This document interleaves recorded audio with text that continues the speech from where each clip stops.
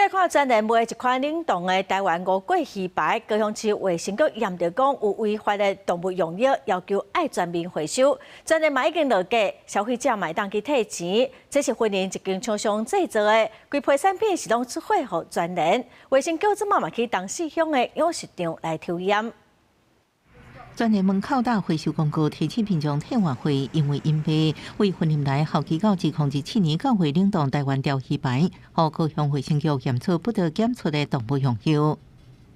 效期2027 9月16日产品检出动物用药恩活奎林羧酸0.028 ppm， 规定不得检出。 民众伫货架头前挑选把品，卫生局10月抽验食品的时阵，只录到这间专联分店查到违规产品。顶个月17日，佮派人稽查，确定这分店进货14包已经全部卖出。清查这地区各分店进货4488包，卖出4080包，回收408包。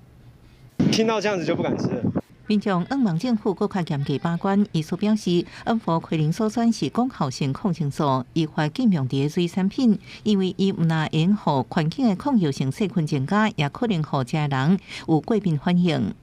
因为有些民众他有可能他对恩福奎林这种抗生素，它是属于它是有过敏的，那吃了钓鱼排反而出现一些过敏反应，例如说皮肤长荨麻疹、会痒、不舒服。有问题的产品，它在这一家公司厂内已经都没有库存了，然后它是全部都卖到全联的公司，我们就在第一时间也通知全联的台北总公司。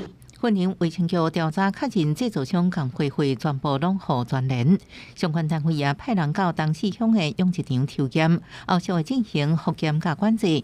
专联是回应第一时间已经无分配处全面回收，民众若是有买，应提发票甲商品去买门市来替换货。